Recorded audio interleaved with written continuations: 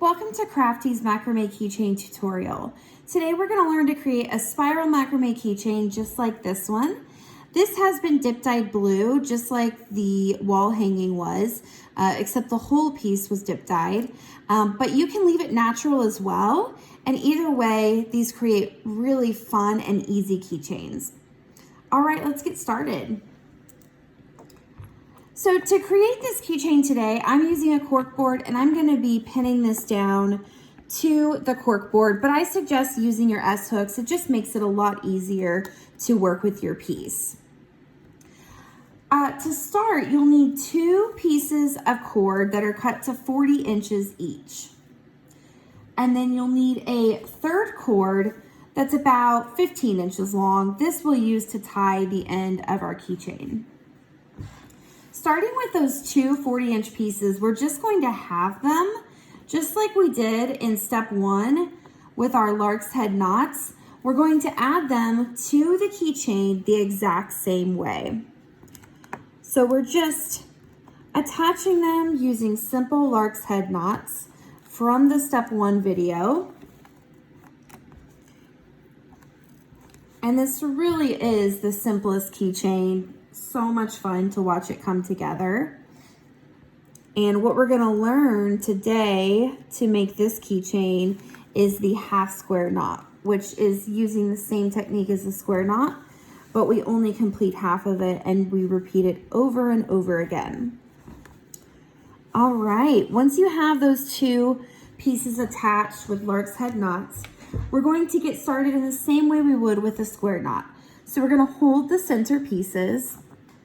We're going to take the left over the pieces, then take the right cord and overlap that over the left, and then bring it back behind those 2 center pieces.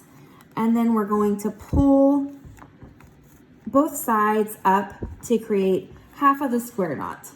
Now, typically at this point with a square knot, we would repeat it, but with the exact opposite. So we would take it from the right instead of the left, and that would be 1 square knot. But this is a half square knot, and this is what gives it that spiral effect. And so we're gonna repeat the exact same thing over and over again, and you'll watch as it starts to spiral because it's not a balanced square knot.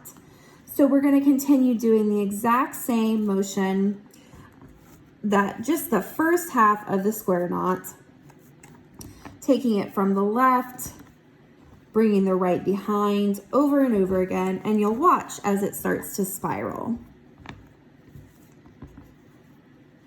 This to me is one of the most fun macrame pieces I've made because it's so easy and it's just kind of magical watching it start to spiral like that. So we'll just do this over and over again until you reach your desired length. I like mine to be about 6 inches long before I add the tassel or the fringe to it, but it's totally up to you. And so you can just stop when you're ready and when you feel like you have the desired length.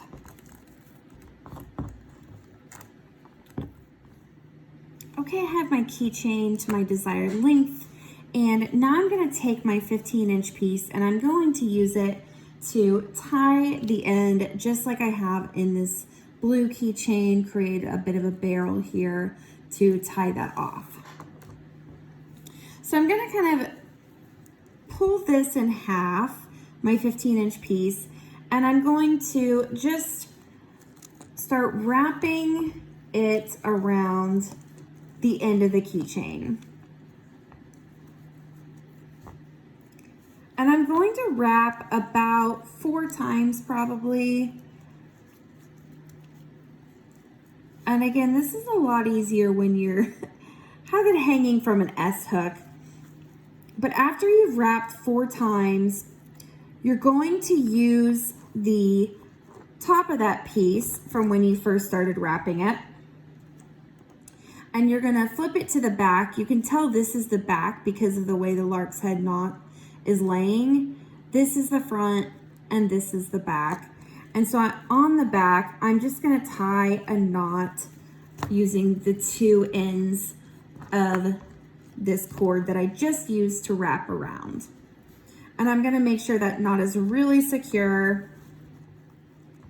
The last step in creating your macrame keychain is just to trim the ends, all to be even.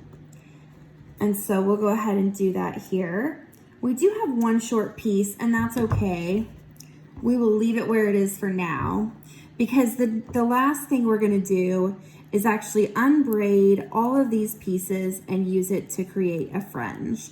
So you can see that as you gently unbraid those pieces, they will release and create kind of a fuzzy, fuller look on the end. So you can do that to all of your pieces and then give it a final trim in the end. And you can see here what that looks like now that the end is fringed out and trimmed again, and we have this really lovely macrame keychain.